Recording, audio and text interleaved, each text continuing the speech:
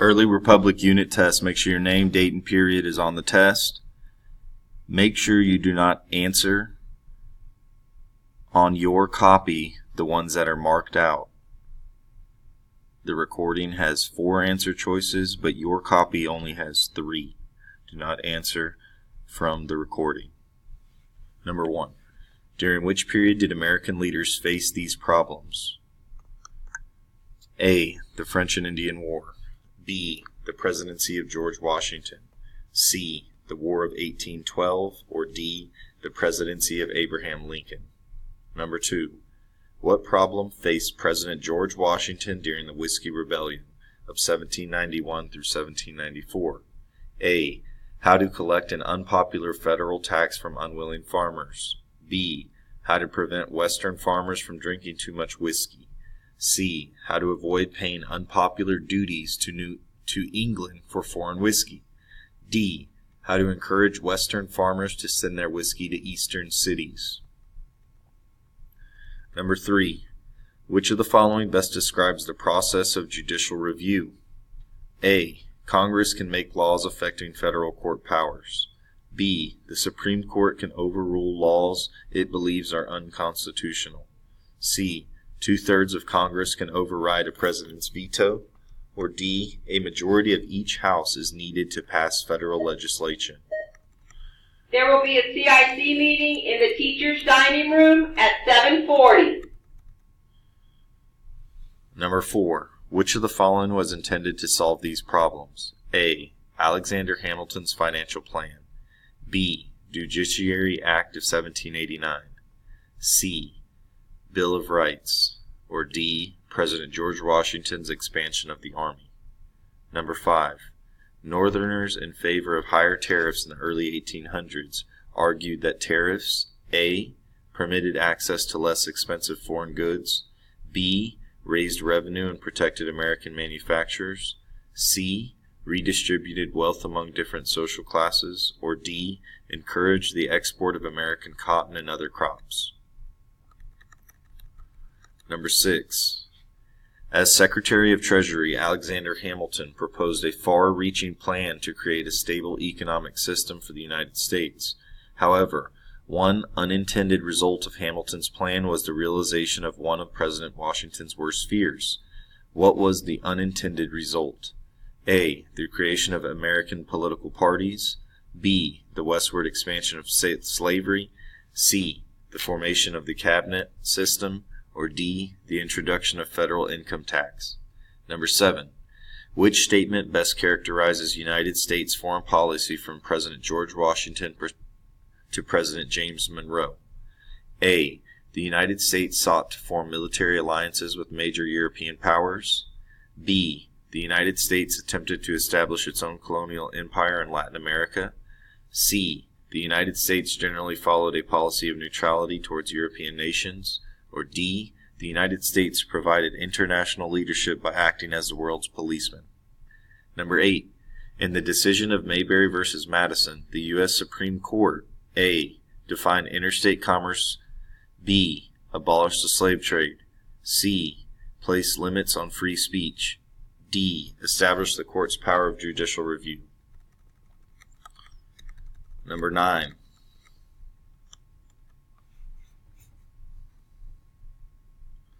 What term describes a group of people giving the president advice on issues? A. Tariff. B. Political party. C. Judiciary. Or D. Cabinet.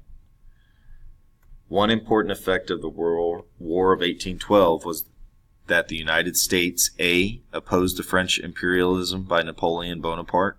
B. was able to purchase the Louisiana Territory. C. demonstrated its independence from British interference. D. annexed new territories also claimed by Canada. Number 11. What was one effect of the acquisition of this area by the United States?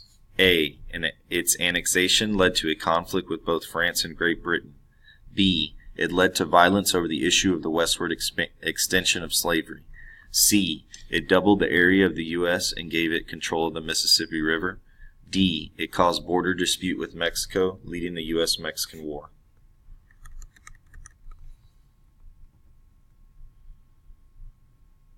Number 12. Why was the Bill of Rights added to the U.S. Constitution?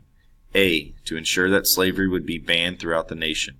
B. To allow former slaves to become citizens of the United States. C. To prevent violations of individual rights by the federal government. Or D. To increase the power of the federal government over state governments. Alright, number 13. You do not have to answer. It has been marked out. Number 14. Whose point of view is most likely expressed in this speech? A.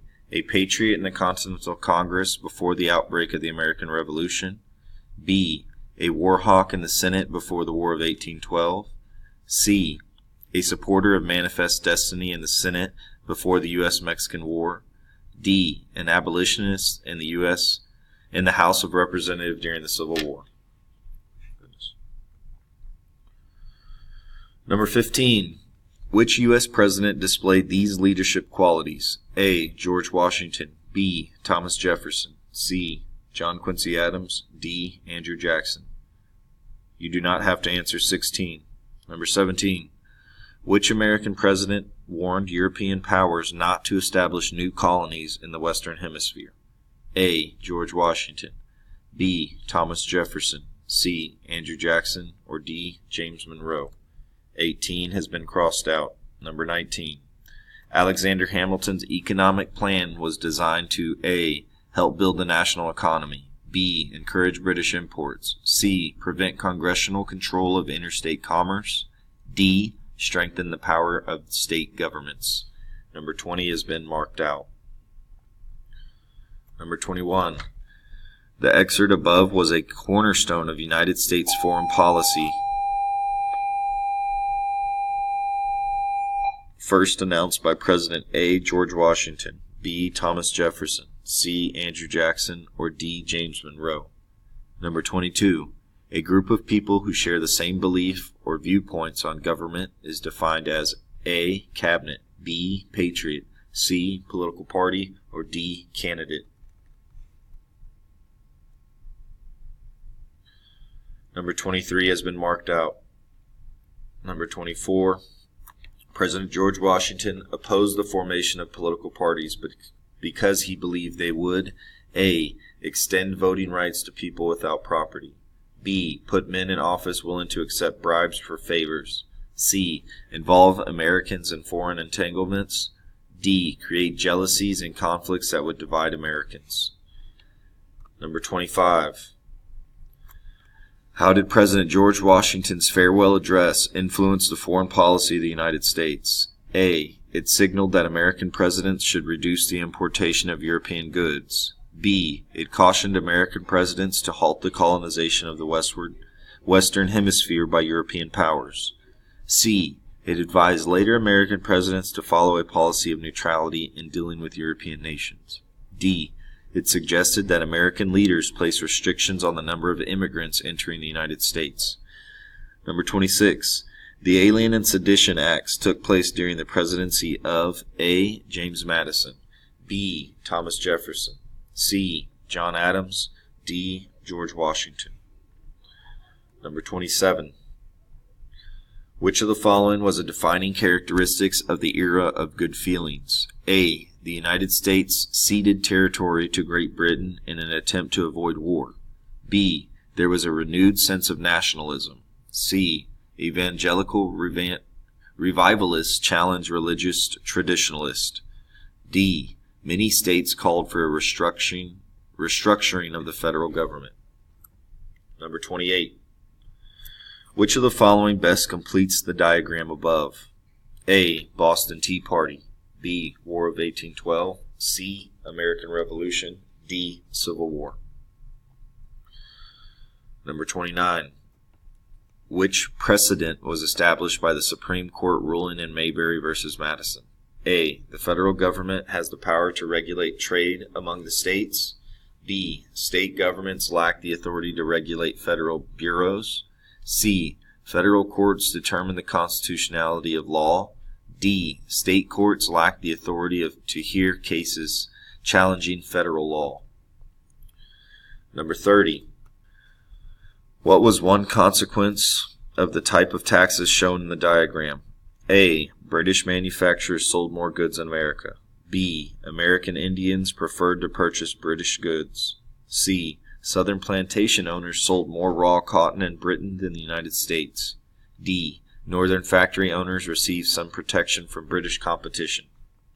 Make sure you did not answer the marked out questions on your copy of the test.